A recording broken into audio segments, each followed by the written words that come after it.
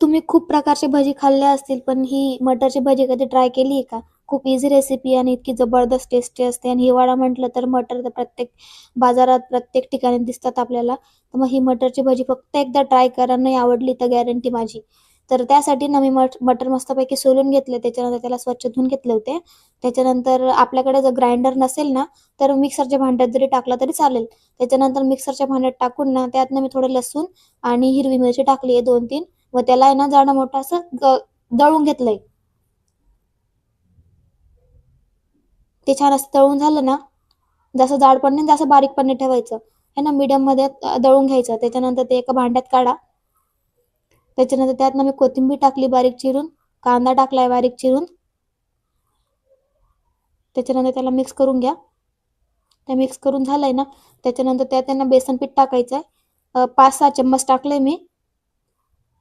एकदमच जास्त नाही टाकलंय, थोडं-थोडं टाकलंय व त्याला पण मिक्स केलंय मी. हाताने मिक्स न करता म्हणजे छान असं मसळायचं.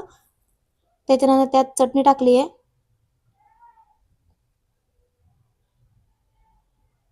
तुम्ही तिखट नाही खात असाल ना, तर हिरवी मिरची जरी टाकली फक्त तेवढं तरी चालेल. त्याच्यानंतर स्वादनुसार मीठ टाकायचं व त्याला हाताने छान मसळायचं, जेणेकरून जे पण मटरचा ओलापणा आहे ना, तो पिठामध्ये जाईल व आपल्याला समजेल की आपल्याला पीठ अजून लागणार आहे की नाही. तर मला पीठ थोडं कमी पडत होतं म्हणून मी अजून 2-3 चम्मच टाकलंय. जास्त पण पिठाचा यूज आपण याच्यासाठी करत नाही, की ते ना पीठ-पीठ लागेल व असं मटरचा जो छान असा स्वाद आहे ना, तो येत नाही म्हणून पीठ मी थोडं-थोडं टाकत होती. त्याच्यानंतर पीठ टाकून झालं ना थोडंच, त्याच्यानंतर त्यात ना थोडं-थोडं पाणी टाकून मिक्स करायचं. पाणीचा एकदमच जास्त यूज नाही करायचा. त्याच्यानंतर बघू शकता पाणी थोडंच लागलं होतं, तर हे रेडी आहे. तर असं बांधून बघायचं, तर बांधला गेला गोळा तर आपलं हे पीठ रेडी होतं तळण्यासाठी. आता पाणीचा यूज होणार नाही. त्याच्यानंतर मी साईडला तेल गरम करण्यासाठी ठेवलं होतं. तेल गरम करून झालंय ना, मस्त असे भजे सोडायचे तेलात. छोट्या-छोट्याच भज्या टाकायच्या, जेणेकरून आहे ना, त्या आतमध्ये पर्यंत छान असं क्रिस्पी होतात व मध्ये ना कच्च्या नाही राहत. जसं मोठ्या जर टाकल्या ना आपण भज्या, तर आतमध्ये ना कच्च्या राहतात व टेस्ट अजिबात लागत नाही.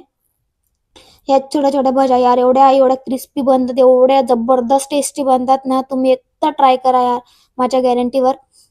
तर छान असा लाल कलर झाला ना भज्यांचा, मस्त काढून घ्यायचा. मी अशा प्रकारे सगळ्या भज्या तळून घेतल्या होत्या. तर रेडी ही भजी. आपली रेसिपी रेडी. तुम्ही पण नक्की एकदा ट्राय करा व मला कमेंटमध्ये नक्की सांगा तुम्हाला ही रेसिपी कशी वाटली व तुम्हाला आणखीन कसली रेसिपी हवी असेल तर मला कमेंटमध्ये नक्की सांगा. मी तुम्हाला ती रेसिपी लवकरात लवकर शेअर करेल. ती पण एकदम साध्या व सिंपल पद्धतीने जेवढं आपल्याकडे सामान असतो तेवढ्याच सामानात मी तुम्हाला रेसिपी शेअर करणार आहे.